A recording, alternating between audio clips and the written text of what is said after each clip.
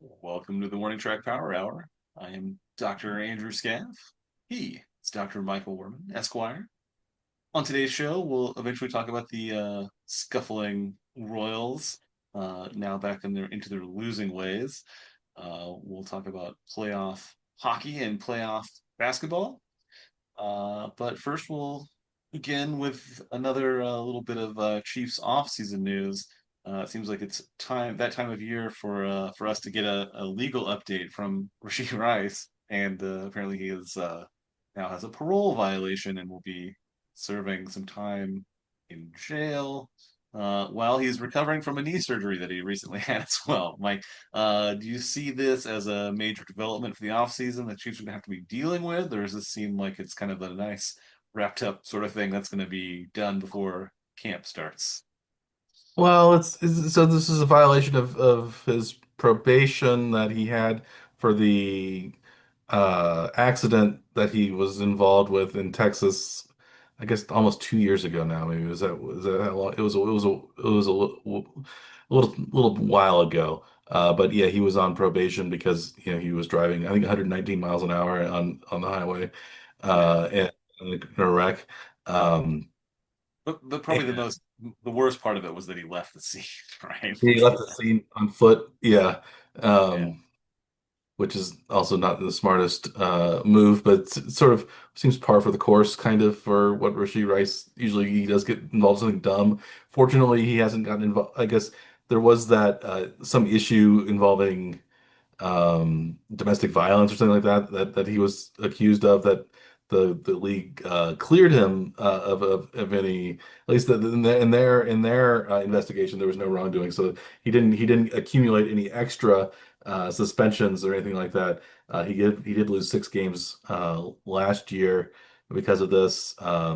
It's also maybe fortuitous that he got his probation violation out of the way during the off season rather than during the actual season. So he could be serving 30 days in the middle of the Chiefs season, which is would have been bad. So he's got that out of the way now because of his While recovering from the surgery though too, right? yeah. So maybe he wouldn't have been that active anyway.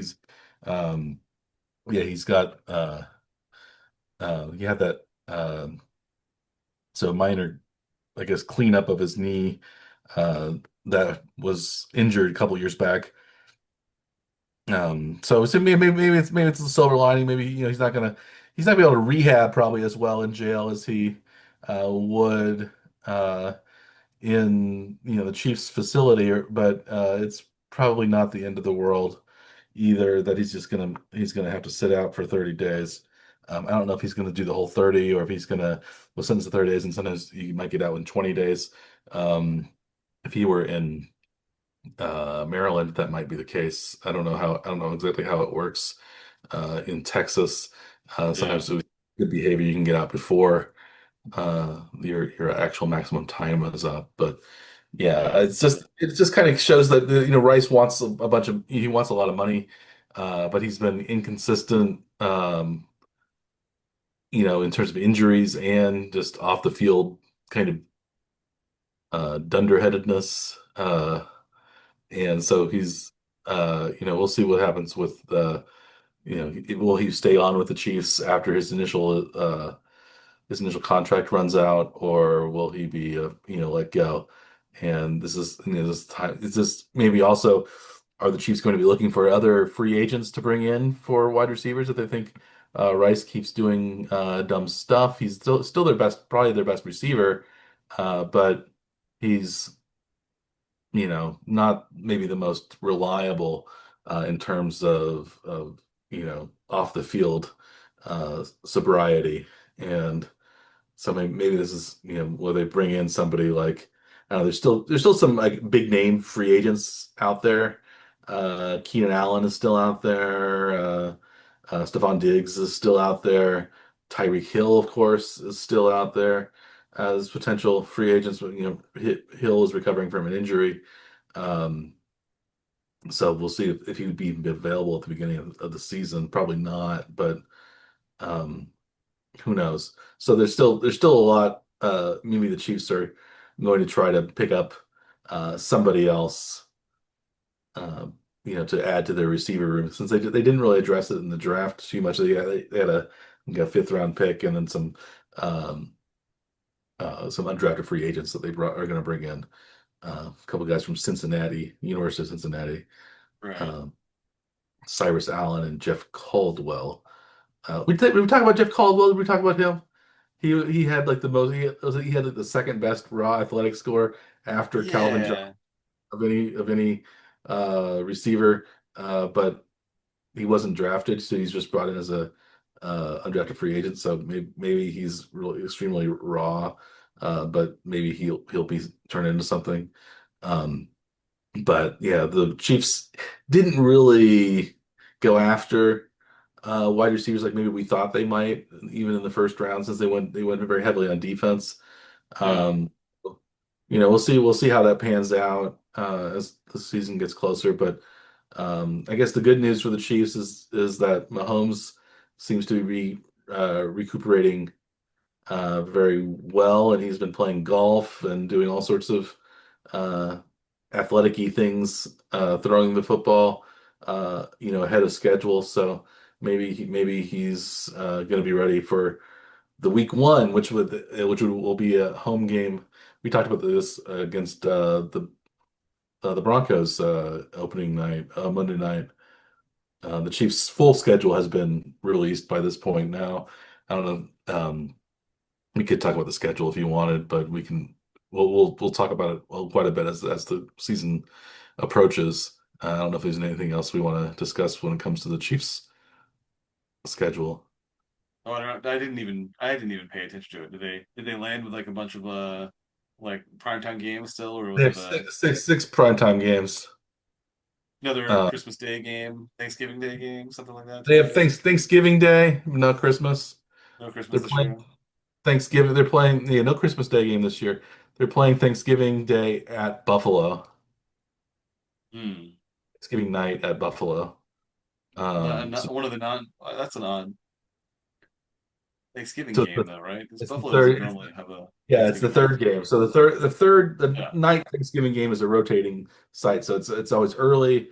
It gets to be it's Detroit. Middle game is Dallas, Dallas. and third game is rotating. Last Okay. year, I think Bengals and Ravens in the third game last year. Yeah. Um, and this year it's going to be Chiefs Bills, which is a big game. So Well, this will uh, be at the Buffalo's new stadium then too, won't it? yeah, and then the Chiefs will play the week after that on Thursday, I think, against the Rams. So they have two Thursday night games in a row, if I recall correctly.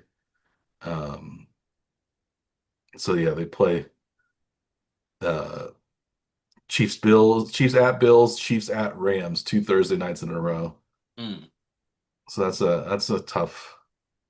What's Uh, the game before Thanksgiving then? Is that a it's Cardinals at Chiefs, so that may be an easier on matchup. Sunday afternoon then? 1 o'clock Sunday, November Yeah. 22nd, and then it's Chiefs at Bengals in the game after um, Rams. after the Thanksgiving. Rams. That stretch is really brutal. Chiefs at Bills, Chiefs at Rams, Chiefs at Bengals, 3 weeks in a row. Then Patriots at Chiefs, 49ers at Chiefs, Chiefs at Chargers, before finally finishing up Raiders at Chargers. Hmm. That's kind of a brutal schedule. Those, Yeah, that's pretty tough. but there's a couple easier weeks. It's Jets at Chiefs, Chiefs at Falcons, Cardinals at Chiefs. So maybe a little bit of a breather. Um, but early in the early going, Chiefs actually have their bye is week 5, which is also maybe not the best. It's early, very early bye. Um, Yeah, that's probably the first week of buys then too, I isn't it? think it is. Yeah. Um, Usually there's a few, at least 3 or 4 weeks where there aren't any buys before they start that part of the year. yeah. Um, yeah, Chiefs, so the schedule goes Broncos at Chiefs, Colts at Chiefs Sunday night, Chiefs at Dolphins, Chiefs at Raiders, Chargers at Chiefs, which is after the bye, Chiefs at Seahawks, which is, I believe, a Sunday night game. Um, Chiefs at Broncos, Jets at Chiefs, Chiefs at Falcons, Cardinals at Chiefs, Chiefs at Bills, Chiefs at Rams, Chiefs at Bengals, Patriots at Chiefs, 49ers at Chiefs, Chiefs at Chargers, Raiders at Chiefs to end the season. So, Mm. Well, so um, the schedule's like actually pretty okay if Mahomes isn't ready to go week one. They have a little bit of a softer schedule to start, at least on paper. yeah, with the Colts and Dolphins and Raiders in 2, 3, 4. Broncos are tough Yeah. to start, but that's just the one game. And And who there's not really a whole lot of pressure on week one necessarily. Yeah. Division rivals, it's important, but over the course of the season, you're not gonna make or break your season in week one Mhm. generally. Yeah. The Chiefs play the Seahawks twice. They play them in preseason. They play the Rams and the Seahawks twice. They play the Rams in the preseason and they play Yeah, this preseason. the holdover like Governor's Cup. Yeah. And old AFC West matchups. Yes. The Seahawks Yeah. and the Buccaneers are the other preseason matchup. Mm. Um, yeah, it's interesting, I guess, schedule, but we'll see how it works out. It's hard to sometimes what looks easy now may not be what is easy as the season winds on, and what looks difficult may change as well since the NFL is fairly unpredictable. Last year was a pretty good example of that. I think a lot of teams that were contenders we wouldn't expect before the season started. Well, and the Chiefs, of course, with Mahomes' injury, and even while Mahomes was healthy, the Chiefs weren't winning a lot of games. They were only, I think, 6-6 with Mahomes as the starter. Yeah. So 6-11, finished 6-11. Yeah. Yeah. But yeah, so we'll see what happens. Um, so it's a long ways away. In the meantime, we have playoffs of other sports going on right now. We have the NBA and NHL playoffs. NHL, where we've reached the conference finals with no games yet to be played, but we have the Western Conference. We have Colorado Avalanche versus the Las Vegas Golden Knights, and then we have the Montreal Canadiens and the Carolina Hurricanes in the Eastern Conference. Is this the year that we get a Canadian champion, Dutch since the Canadiens are now one of the Final Four? I don't know when the last. Yeah, so I guess we've had some Canadian teams in the finals recently, with Edmonton losing back-to-back finals to Florida. Yeah. So we've had Canadian teams make it this far recently. Do you think the Canadiens have what it takes to take the cup? They've won their first two series in 7 games, so it's been heart attack uh, hockey for Canadiens fans. But And had to go to overtime to win the most recent series in Game 7 to yeah, advance. against Buffalo, yeah. Ooh, the Sometimes Roy. that like plays in your favor though. Like if you can go that deep and come out on top, that's Hmm. a good sign. You'd rather them just like outright win games or like close out a series, but when it comes down when it's comes down to it that they're able to take games in high pressure situations. Yes. I don't know. You probably don't consider that a the favorite mentality though, right? They're like they'd be the Well, scrappy team that you don't necessarily expect to gravity. win, but you're You hope. overly excited when they do, though. Hmm. You hope. Yeah, you want the team to win in 4 games ideally, 5, 6, better than 7. But you know that sometimes I just is what happens. It's hard to predict those hockey games, especially Yeah, since they're low scoring and one puck bounce here or there could make the difference. So. yeah, You never know what's going to happen with what happens in Carolina. But Carolina is a heavy favorite, and as is Colorado. So as those are the two teams that the odds makers are saying are going to be in the finals. We still have a cold weather team against at least one cold weather team. Maybe will make it. We could have two cold weather teams, um, and two warm weather teams, depending on how the matchups shake out. But um, We know you're hoping for two cold weather teams, and then I am. I root against the warm like weather team. and You then rooting for probably Canada? I would say assume likely the Canadian team to win then too would also be your preferred Yes, outcome. yes. Yeah, Although I guess Colorado used to be the Quebec Nordiques, but they've been the Avalanche for 30 years now, probably. So yeah, quite a while.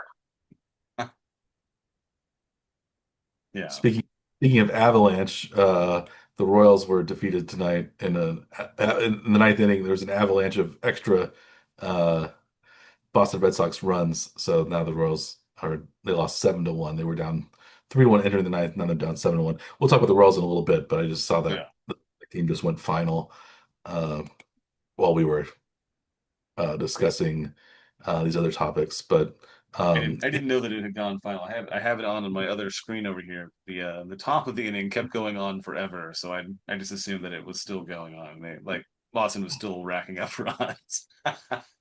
yeah, The end must have come swiftly then, if that was the case. yes, and with the gone For out, the sure. Royals went out with a whimper. I'm sure. We have Oh, three strikeouts to end the inning. three strikeouts to end the inning. Wow. Yeah. Yeah, that's The not great. No, not great. We'll talk about the Royals in a little bit, but we want to jump to the NBA real quick. So we were also in the conference finals in the NBA. We've had both games now gone have gone well. Not one game hasn't gone final yet, but we've had one game played in each of the two Western Conference and Eastern Conference finals. The Spurs upset the Thunder in Oklahoma City in double overtime to win game one. So San Antonio's on top 1-0 in that series. That's the first game the Thunder have lost in the playoffs. And then now the Cavaliers, somewhat surprise victors over the Detroit Pistons in 7 games in the Eastern semis, are up at New York by 12 in mid to late fourth quarter. We're up by 10 now, with about 5 minutes left in the fourth quarter. So it seems like the teams that this classic, as we put it before, the rest versus rust debate. The Knicks swept their series over Philadelphia. The Thunder swept their series over Los Angeles. They've both been sitting up for a few days, waiting for their opponents to win their series.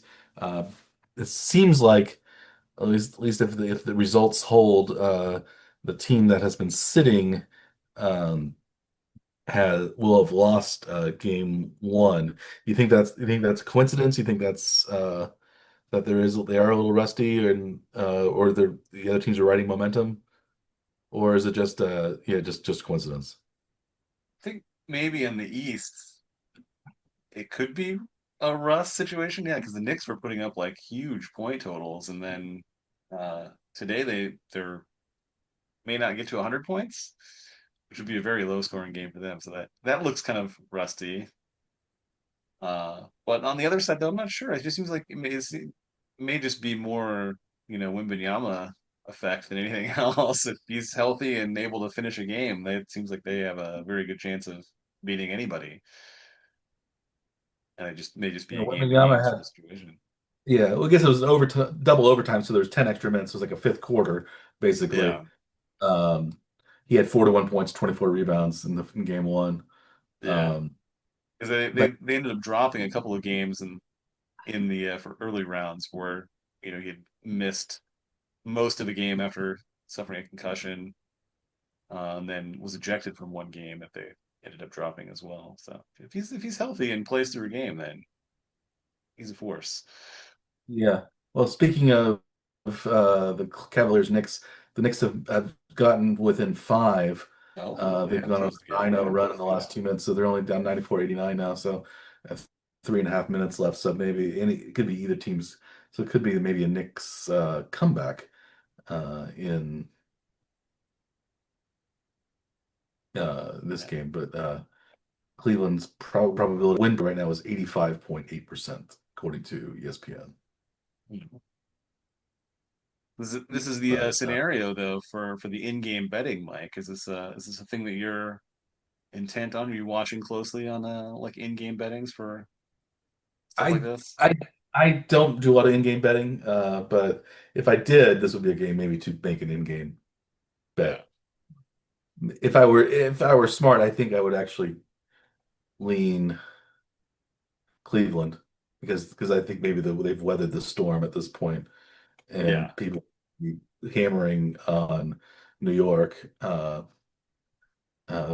who knows? We'll see. We'll see what happens as time goes on. Tonight, we'll keep our eye on this game as we continue to discuss the week that was and the week that will be in sports. But um, any, yeah. So it's still yeah, Cleveland 94, Knicks 89. Out of curiosity, not really. It doesn't really mean anything though. Do you prefer the matchups that you got out of the NHL reaching the semifinals of the championships here? With the three ones and a three versus the NBA, which has a one, two, three, and a four seed, one of each of those reaching the semifinals for my conference Yeah, finals. I guess there are multiple one seeds in the NHL on each, so it's really a one, Yes. two, maybe it's a 1-2-2-3 or something like that was what it would be, or Yeah. uh so I like the well, I would have wanted only cold weather teams to make it in the NHL, so that would have been Yeah. my um pick. In the NBA, I like having the Knicks involved in the East. I don't know about Cleveland. Cleveland is their young team. They're pretty good, but it's Cleveland. It's a non-LeBron Cleveland, so it's hard to really see them as an exciting, Cleveland team. I don't know. They were the number 4 seed. They weren't picked as they were, they had a decent record, but they weren't, they weren't one of the top teams as the season has gone on. I think the West, it's the marquee matchup between San Antonio and Oklahoma City. Um, but Eastern, I think, conference, I guess, you get what you get, but I think it would be a much more exciting finals if New York won, just because of New York, because you have small markets on all the other three in the other uh, three of the four matchups. KC, Cleveland. Yeah, not San Antonio. necessarily. Yeah, big markets. Yeah, those are all small. Those are all, they're all, I'd say, Kansas City sized or less even in terms of Yeah, because no Boston, no LA, Boston. Yeah, right? No Denver even, or Philly. Yeah. Detroit would have been a bigger market too. Um, Yeah. Yeah. At least that's on the East Coast, so you'd have like an Eastern time zone team that way. mhm. Yeah, because like Cleveland and OKC are Central time zone, so they're not even the marquee time zone, right? Cleveland is Eastern. Oh, Cleveland is Eastern, isn't it? Yeah, no, that's right. Yeah, San Antonio and Oklahoma City are both Central. Yeah. Yeah, they're Central, yeah. Now San Antonio or Cleveland is now up 97, 97-90. New York is down to a 9.1% chance of winning, according to ESPN. Yeah. So one and about 1 in 10, 1 in 11 chance of winning. Inside Um, 3 minutes, but games get pretty lengthened here inside the last couple minutes too with the NBA rules. yeah, so we'll see. We might finish even before the game's over, since we don't have a whole lot more to talk about. It's Since we have it's possible. what's left to talk about is the Royals. And the Royals have, they had that 8 game losing streak a few 3 weeks ago about now, and now they've Yeah. been then they got hot or relatively hot for a while, uh, and now they've taken another step back again, losing I think 6 out of the last 7 or so. Um, yeah, what's happened to the Royals? Why are the Royals floundering? Ooh, And now then the it's Knicks are down only 4. well, 24%, 25% chance of winning now. it's a big jump there in game odds. Or it was. Now it's flowed again. I think it flowed again to the uh What I mean, one of the things that's happened with the Royals though has been this sort of like pretty stark difference between home and road records. Though we noticed that they were I think 13 and 11 at home and 7 and 17 on the road. yeah, they've been terrible on the road. They've I don't been know if it's just like happenstance that these losing streaks have been on the road, or if it's do they actually have some kind of problem with road games, Mike?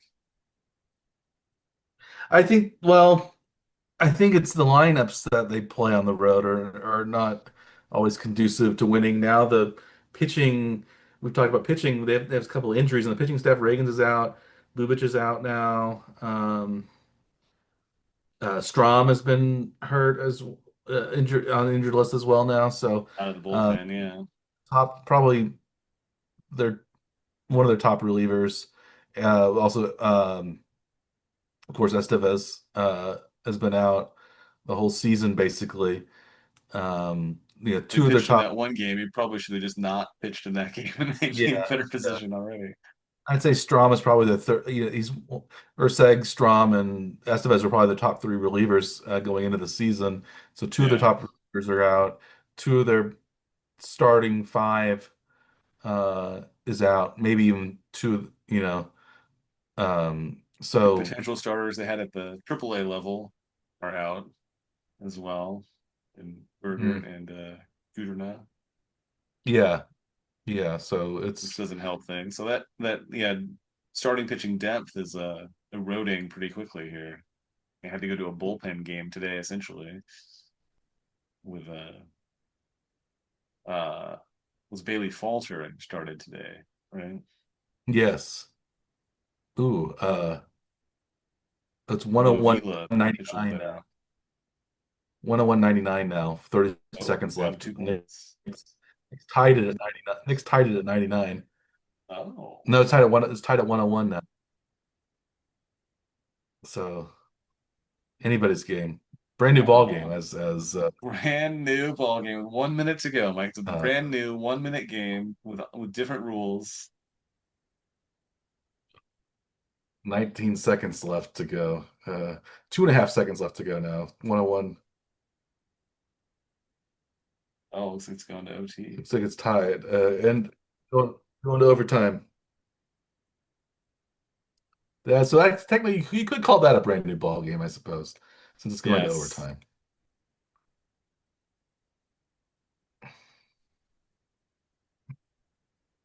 And a fourth. Okay. Yeah. So Um, all the momentum now is on the side of the Knicks, it seems like. yeah. They made up a 14-point deficit in the fourth quarter. So that's a lot of that in the last couple of minutes. Yeah.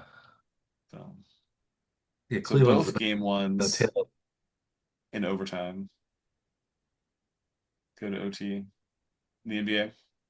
Yeah, that's exciting. Yeah. Yeah, we'll see what happens. We probably I don't know if we'll last to the overtime, but hopefully the Royals can turn things around. They're now 7.5 games out of first place since Cleveland has started heating up a little bit. Uh, so the Royals are 20 and 29. Cleveland, I believe, is 22 and 18. Is what are they? 28 and 22. Uh, 20 and 20, 28 and 22. So they're 6 games over. Royals are 9 games under. Yeah, that's not looking good. Tied with Detroit for either fourth or last, however you want to look at it. Yeah. But yeah, it's not looking great. But yeah, that pitching depth is eroded a bit. Yeah, the lineups are still being.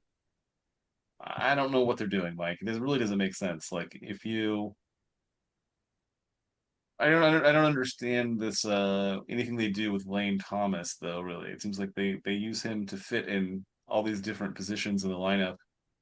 Uh, just seemingly whoever is going to be sitting out a day, he just kind of takes their place in the lineup rather than setting a lineup that is actually better.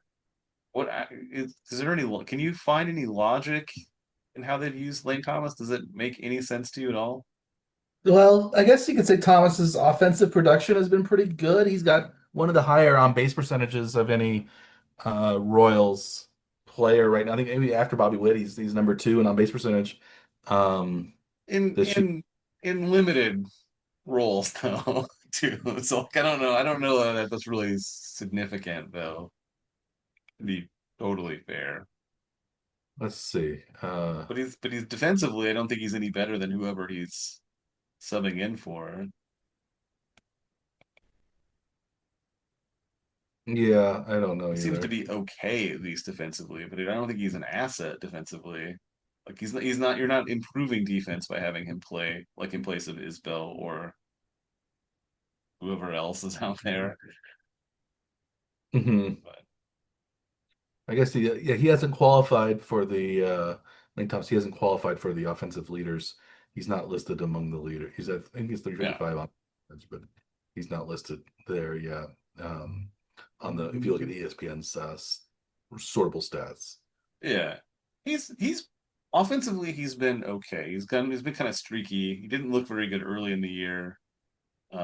He does draw some walks and but it doesn't seem like he's played enough to know how good he is for the Royals yet.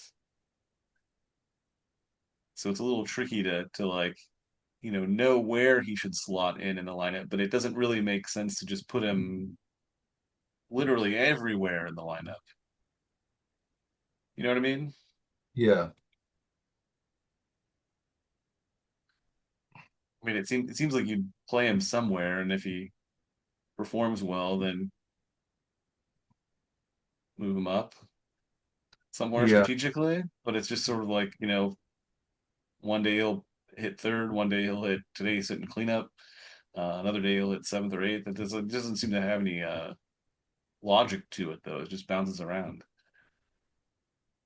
yeah. It's hard. Yeah. The whole lineup has had sort of that illogical approach. I think you had mentioned when this was off the air, or maybe when we were texting at one point, you said the Royals were playing really well when they had their set lineup and they were cruising, and then they decided to tinker with the lineup, and they've been um, not doing so well. They haven't had any injuries on the offensive side. It seems like the only injuries really have been when it comes to pitching. So there hasn't been a lot of reason to move the lineup around. I guess they're trying to do it because of left-handed batters, and they're trying to protect left-handed pitching, I think, and trying to protect Caglione and people like that. I guess from I don't know.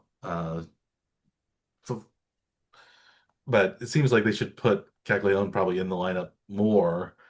He's one of their best hitters this year. Um, Well, and somebody he's they've spent considerable amount of time talking about too, right? So it's like it seems stupid to pigeonhole him into a platoon scenario on only his second year yes, because that kind of like signals that they've already got enough questions about him that they're not sure that he actually is part of their future if they're willing to platoon a guy that early in his career yeah, because they're really signaling that they've already decided that he can't hit lefties even though he's hit a couple of like late inning home runs off of left-handed pitchers this season. So yeah. He's what's the point? What's the point of platooning him? I don't get it. I guess because they feel like, oh, they have to play Thomas, they have to play Collins, they have to play Marte, they Why did have they to even play pick them they up, have to, Mike? This has been they the have to play issue with Is the team from the beginning. They have to play Isbell. They have all these. Yeah, so Like, like They have like five outfielders. so before the season started, it made It, sense. Like you already have Isbell. He's proven himself. He was consistent all last year. He deserves a season. If he's not injured, he's the center fielder. I don't know even the debate is, unless they can find somebody that's definitely a much better center fielder than him. There's no reason to give playing time to anyone outside of him. But then they traded for Collins. That makes sense. Well, now your outfield is set. You don't need anybody else. But then they still brought in Lane Thomas. They still brought in Starling Marte. They didn't need either one of them, and they're both of them have to find playing time now. But they were stupid signings. At the moment they signed their contracts, it was dumb. It doesn't make sense to have these extra guys. If you're trying to get depth out of them, then they still shouldn't be taking playing time away from these younger players. It's just stupid. The organization is dumb. Nothing they do makes sense. well, yeah, we'll see. I don't know. I don't. Maybe one of the players will get hot, and then they'll decide to they'll stick with somebody, and that'll work. But that's But it won't happen because they're not giving them enough playing time to be hot and stay hot. Because once they face the wrong handed pitcher, they're going to be on the bench again. And then whatever heat they had is going to dissipate. yeah. That's the Well, unfortunate thing.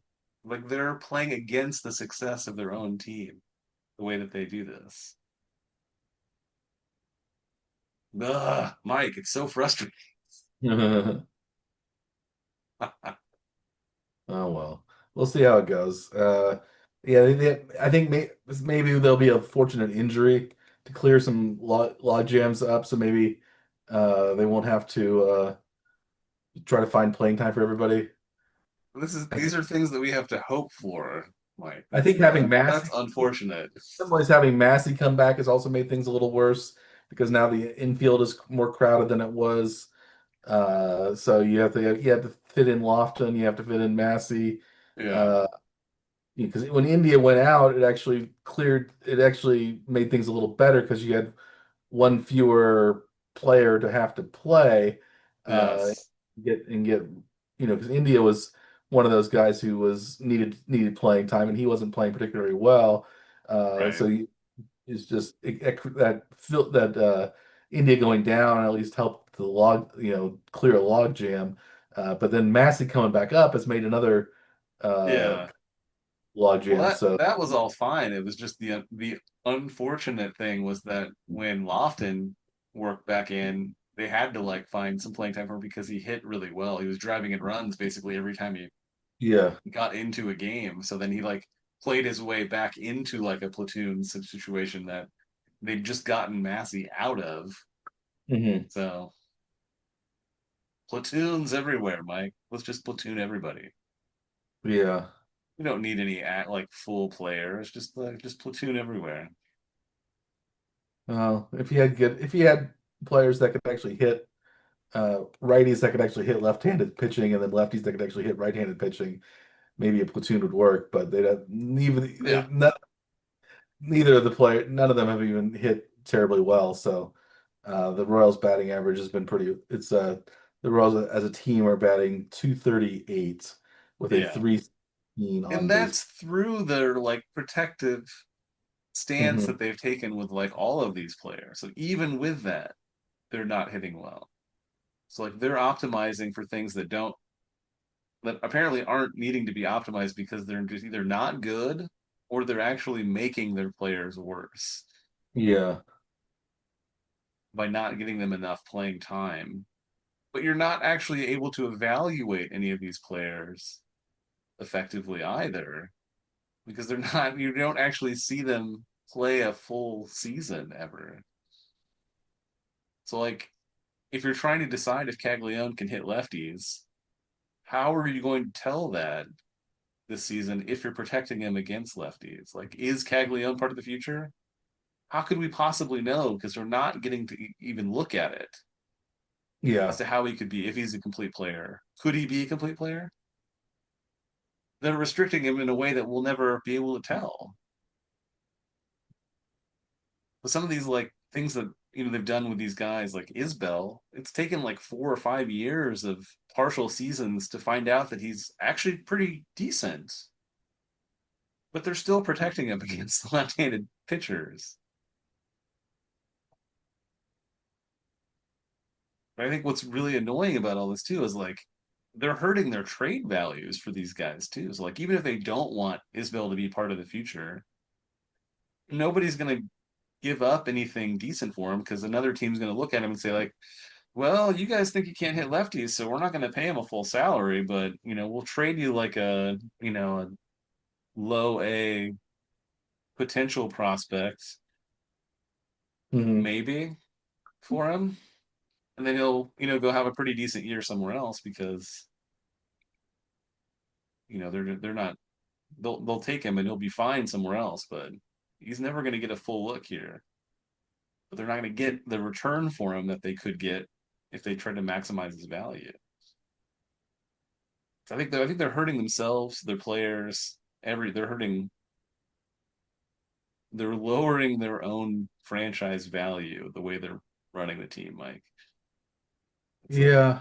it's a bad philosophy, like a thing to hear, but this organization is inept. It's totally inept. Well, we'll see what happens later this season. Maybe things will clear up and maybe maybe Wit will heat up and make it seem irrelevant who the other players are on the team. He If has he been hitting really well the last like 3 4 weeks. He has Mhm. really heated up. He's leading the team in home runs now. Yeah. But that will help like the players above and below him in the lineup, Hmm. as long as they don't just start walking Bobby every time he's up. Yeah, they might end up doing that if he's the only. He is leading the league. He is leading the majors in WAR, depending on which version you use. I think he's well over three at this point in both baseball reference WAR and Fangraphs WAR. I think he's leading in defensive WAR at least, and then leading in total WAR among shortstops as well and players. So he's having a very Okay. good season. Yeah. Um, Even though his power has been slow to arrive, but it's sort of gotten there at this point uh, now. Speaking of slow to arrive but gotten there, it looks like the Knicks are going to most likely be victorious in their Oh, playoff game, up by 7 with just over a minute left. wow. That's a big Uh, turn in yeah, that game. yeah. So that I could see that this win really deflating Cleveland going forward, since this is probably the best chance for Cleveland to steal a game uh, that they had, and then now the way the Knicks have roared back, yeah. So I think probably the Knicks are It's like 44 minutes of rust, and now maybe they're awake, yes, something like that. now the Knicks are 97.2% chance of winning according to ESPN Man, with that 51 seconds. must be one of those like total flip game odds Yeah. scenarios then. Yeah, at one point, Cleveland was 99.9% chance of winning, uh, up 92-71 with 8 minutes left in the fourth quarter. Yeah, wow. So Cleveland, so yeah, they were up by 21 points, 22 point, 20, they were 93-71, it looks like at one point. 93-70. Yeah, so up by, That they had a 93.6% chance with a minute 38 to go yeah, in the fourth. and then they were up, yeah. Now it's 112, 104, New York up. But yeah, they were down, New York was down 22 points. Now they're up by 8. So 30-point swing in the last 8 minutes plus overtime. Wow.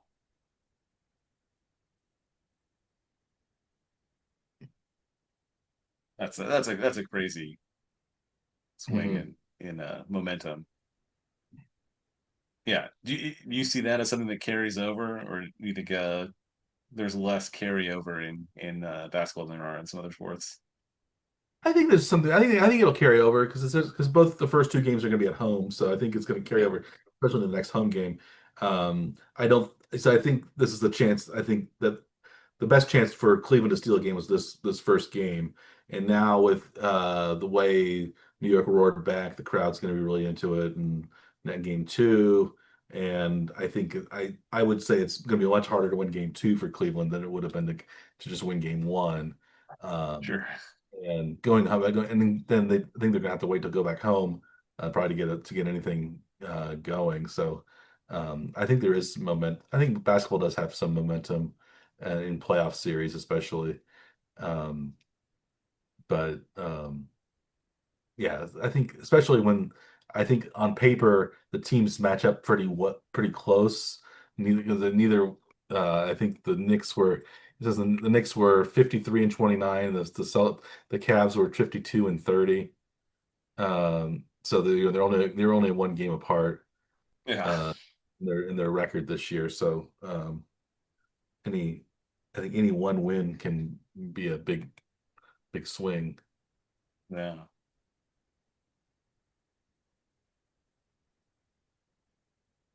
Yeah, Knicks up by 9 now.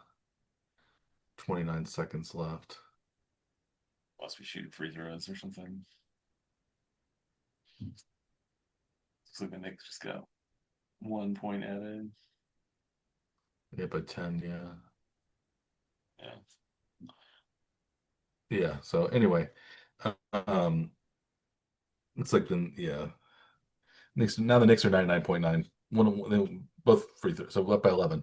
Knicks are 99.9% chance of winning yeah. now. So Well, they that's a four uh possession game with only one shot clock remaining. yeah. That's unlikely to come back in that. You're outside the Reggie Miller range, right, for points Hmm. in quick succession, right? Yeah. Yeah, I think he had like 9 in a minute or something like that. Was that what it was? It was like two threes and two free throws, I think, in like 8 seconds or something like that, wasn't Yeah. it? That's the end of the game. Okay, so Yeah. Knicks 115, Cavaliers 104.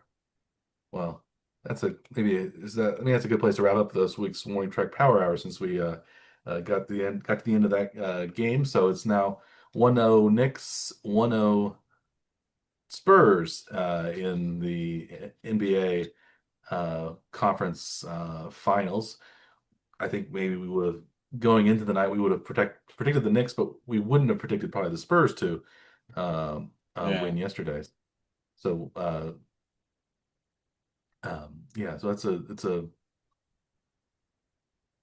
yeah, it's exciting turn of events. I think we'll see what happens with the finals. But I think yeah, it's going to be um, exciting stretch run for both the NHL and NBA coming down the next week. So by next week we will maybe at least have some inkling of which way the series is going to go, but we probably won't have the winners of the series by the time we get to next week. Unless they're Especially sweeps, yeah. not in the NHL yet, I don't think. Yeah. Uh, but we'll see what happens. So we have that to look forward to. We have more Royals baseball. Hopefully they can turn things around and get win 4 or 5 games next week. But again they're playing good teams. They're going to be playing the Yankees. They're going to be playing the Mariners. Um, so They're at home, which they played much better at home, but they've dropped the first two games of this home series, so that's yeah, not off to a great start. yeah. So we'll see what happens with them. We'll see if anything changes with the Chiefs. We still have the World Cup coming up. We'll have the Belmont Stakes coming up in a couple of weeks.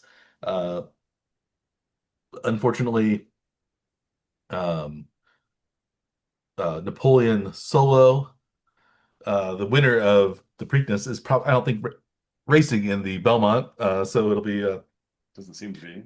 maybe back to the Kentucky Derby, Winner's Golden Tempo, and some other horses, Renegade, in the Belmont Stakes, which is not being raced at Belmont Park, but actually at Saratoga Racetrack, at a shorter distance than normal Belmont. So maybe that will change things. I don't know if I'll make any bets this year or not, but we have that coming up.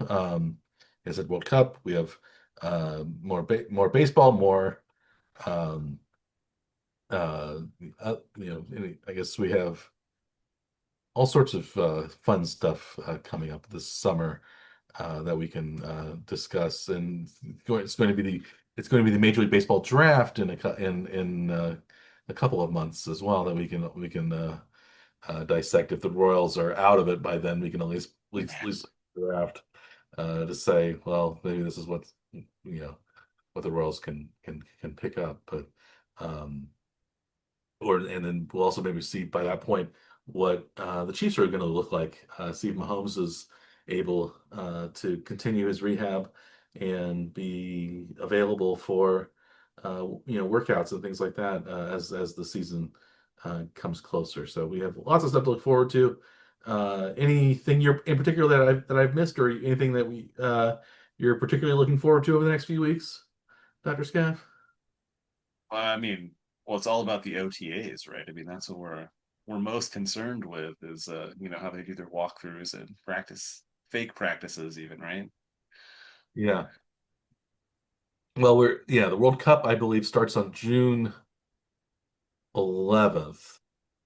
So that we have that to look forward to in a couple of weeks, last couple of weeks. So, uh, opening Which matchup, Mexico, South Africa, followed by South Korea, Czechia, and then June 12th, Canada, Bosnia, USA, Paraguay. So those are the first four matchups, including three of the host nations playing. The US this international World Cup hosted by the USA, Canada, and Mexico. the first game in Kansas City though is on June 16th. Argentina, Algeria.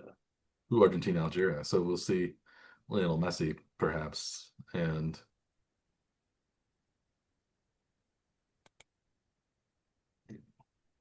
Yeah, so that for Kansas Cityans, that's an exciting time, which hopefully will signal that a lot of the road construction projects will be completed, so we can actually drive around town again for a few days before the World Cup starts, and then it will be too busy to go anywhere, I assume, at that point. But although I think they said the hotels in Kansas City haven't had been filling up the way people thought they would. So maybe it's going to be a big yeah, boondoggle this World Cup because probably because the United States is not terribly popular around the world right now. So a lot of foreign visitors might not want to visit the United States to see their teams. There's probably a lot of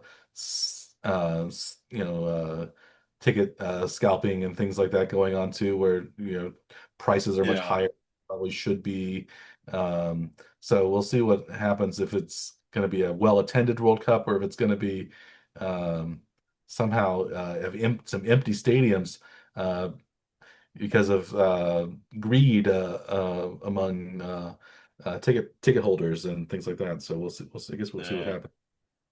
Well, I'm not sure that the teams that are playing here are teams that would be like big travelers to Midwestern U.S. too. It's not. Well, Argentina, you would think would travel pretty well. That would be the one exception I think in the group. But the other Algeria, maybe not. Algeria, Ecuador, Curacao, Yeah, Tunisia, probably not. yeah. Netherlands, Netherlands, maybe. Yeah. probably. And then it looks like Algeria, Austria is June 27th, so maybe Austria, but that's not like a gigantic country. No. So I don't know. Yeah, I don't. I mean, if there were more like Latin American teams, you'd think that there'd be like maybe movement within the US to, get to Kansas City, but they're not exactly like the Latin American teams that are nearby or have like huge fan bases like nearby. Yeah, so there maybe there'll be a lot of neutral fans, American That fans. You would that's think would the show that's what up. you're looking at as like the second group, right? Of the who's going to be here. It might be more of a yeah, just soccer fans in general from Mhm. inside the US. Yeah, Yeah. but yeah, so we have that to look forward to, and we'll see what happens with it. This has been, yeah, the USA has not done any itself really any favors, uh, but yeah, it'll be Arrowhead Stadium will be called Kansas City Stadium, according to in the official language of the World Cup, because they are not do not have I guess, well, sponsor. Well, Arrowhead's not a sponsor, so I don't know why they can't call it Arrowhead Stadium, Yeah. because Yeah. it's not gay. It's not GEHA Field at Arrowhead. I can say why they are. Well, they aren't going to use the GEHA, but it's Yeah. they're just going I to think call there it was some kind of mandate that like all of the stadiums have to just be named after the City. city. Yeah, so Estadio Azteca is going to be Mexico City Stadium. Yeah. Uh, yeah, Yeah, that seems like it must have been like a just a decision that's being made and branding has to be what, you know, acceptable for the for FIFA, I suppose, right? yes. But I think they're like having to take down or paint over like a lot of the signage at the stadiums even. So I mean, I think Mm, they can't have any of the branding like on that will be like showing up on television anywhere, I guess. So yeah, so you may not recognize GEHA Field at Arrowhead uh, if you're watching one of the games that are being played here.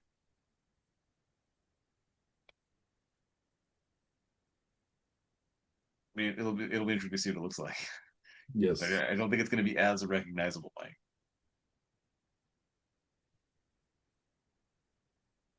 Oh well, we'll see what happens. yeah, Um,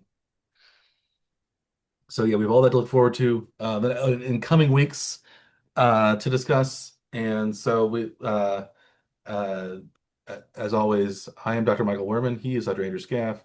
We are the One Track Power Hour. Please like and or subscribe to our YouTube channel or our podcast, available on many different podcast delivery platforms, including the one you're likely using right now, if you're listening to us on the podcast. But we appreciate your listenership, your viewership, your patronage of any sort that we can get. We're happy to have you as part of the One Track Power Hour family. How about that? So we have all that going on, and we talked about we have all those things to look forward to over the next few weeks. So we wish you the best of luck if you're making bets this weekend on NHL, NBA, MLB games or possible World Cup bets coming up. Um, we are I don't maybe we'll have a World Cup preview one of these weeks to see do yeah maybe maybe we maybe can try to pick the group winners or something like that. group winners, yeah. But yeah, the knockout stages, it's going to be crazy because there's 48 teams in the World Cup, and 32 of them are going to make the knockout stages. So the top Yeah, three in each group are going to make the knockout. Uh, or yeah. yeah, I think so, right? Or is it the top two in every group and then like a bunch of Thirds. thirds will make it then too? Yeah, I'm not exactly sure how they're going to do it. Yeah, It's I think that's right because it'll be 36 out of 48 if yeah, the top three. Yeah, so the top two teams in each group, and then 8 out of the 12 third place teams will make it into yeah, the round of 32, and then it's a single elimination, so it's a free for all. yeah, yeah. And I think that of the host teams, I think the USA has the worst bracket, or the most difficult of the brackets of the host teams, since they play Paraguay, Australia, and Turkey as their group matchups. Mexico has South Africa, South Korea, Czechia. That might be tough. But Canada is Bosnia, Qatar, and Switzerland. I think that's easier than the US's group for sure. I think having Qatar in there is the. Hmm. And Mexico has South Africa as a not so great historically team either. So, Yeah. um, but we'll see what happens. Uh, yeah, it's anybody's matchup. I don't know. Yeah, I don't even know who the favorite is this going in. I'll do some research. Yeah. Uh, Warning usually, track power investigation. yeah, probably France. You would say is you up there. Spain, Germany, England, Argentina, Brazil. We would say one of those six is going to win. France and Spain are the co-favorites, plus 500 is what Google AI says. Okay. Brazil hasn't won since 2002, I don't think. They're usually up there. They won, of course, in 1994 World Cup on U.S. The last time it was on U.S. soil. Brazil came out victorious. So we'll see what happens there. But yeah, so we have all that to look forward to. Um, so again, we're wrapping up this week's episode of the Power Hour, and we'll wish you the best of luck in your betting. And of course, in the meantime, between now and next time, we wish you a good day.